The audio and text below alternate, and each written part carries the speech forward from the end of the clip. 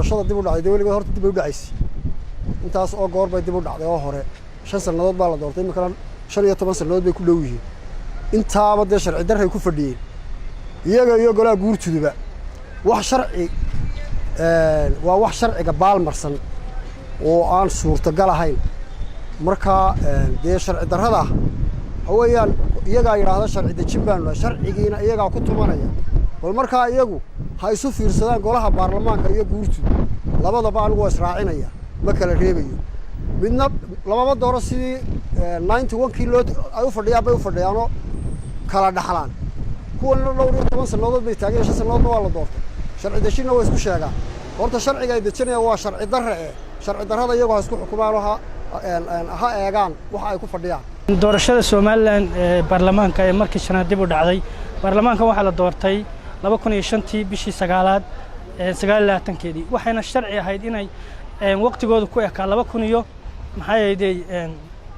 10kii bishii 9aad 29keedii marka baarlamaankan sharci ma aha sharciyadii way lumiyeen waxay lumiyeen 2010 marka su'aasha isweydiinta waxa weeye baarlamaanku hadduu sharciyadii uu ku fadhiyay lumiyay waxa uu sharci gareeyaa sidee bay sharci u noqonayaan baarlamaankan waxa weeyaan madaxweynuhu awood wuxuu leeyahay inuu kala diro maadaama uu waqtigoodii dhamaaday guddiga doorashooyinkana waxaan leenahay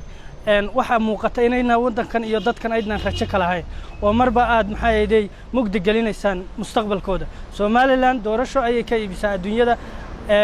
hadda waxaad moodaa in lagu fashilmay in laga iibiyo caalamka wax Soomaaliland u cuntama doorashooyinkii way muddo dhaafeen qaarkood waa la isku khilaafay marka commissionku muxuu jiraa commissionku waxa weeye isagoo dalka iyo dadka iyo ummadda iyo aragtida laga qabo intaba isagoo tixgelinaya waa inuu meesha ka kala tagaa iscasilaan isagoo danta iyo dalka u danqanaya cid kasta oo reer Soomaaliland ahina waa in arrinta ka qayb qaadataa sidii commissionkan loo kala diri lahaa doorashooyin xor iyo xalaalan loo qaban lahaa oo Soomaaliland sumcadeedii dib u soo celiya waxaan u arkaa doorashada baarlamaanka doorashada inay khalad tahay dib u dhaceeda badan oo Soomaaliland dib u la daadagayo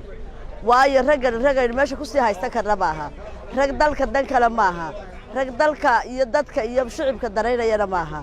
waxa weeye rag tooda daraysanaya oo maalinta qabanayaan loo dhiibo mooshin ku ruxdo lacag oo bartayna lacag ku cunaan anigu waxaan leeyahay haddii loo kordhiyayna waxaan oran lahaa baarlamaanku haddii ay daacad Soomaaliland ka ahay way ogyihiin ha iska kala dareeraan iyagu ha iscasilaan waa in la helaa doorasho xaq ah oo xalaal ah oo Soomaaliland ku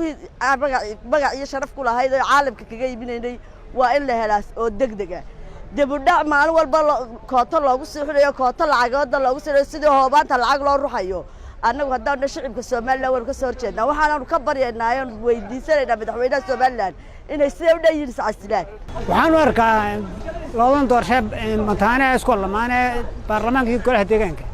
hadda mid walba xilliga ilaha qadarin bay dhacdaa haddana waxaan anigu arkaa dib u dhaca waxa ku keenay xisbiga wadani oo had iyo jeer caado ka dhistay aan jarafan iyo go'imku wuxuu bilaabay golihii gobashinkii doorashada komishiga doorashada sharci ku yimaadeen sharci baan laga qaadi karaa isagaan u soo baan anigu oran karaa hadan darayga soo koobo doorashada dib u dhacday wallahi horta waa mid subxaanallah waa wax waqtigeega dhacay in mar walba la qabto bay hayd dadkina maadaama ay wada marneen ya waa wada odayaal wada daawayaan marka waa doorashada waa sharci daro ya sharci daro baan aragnaa doorashada wakiiladii deegaanka dib u dhacday markii shanaad oo wax iska caadi ah oo doorashada Soomaaliland marba dib u dhacdo waxaana wax dib u riixday inta badan dawladda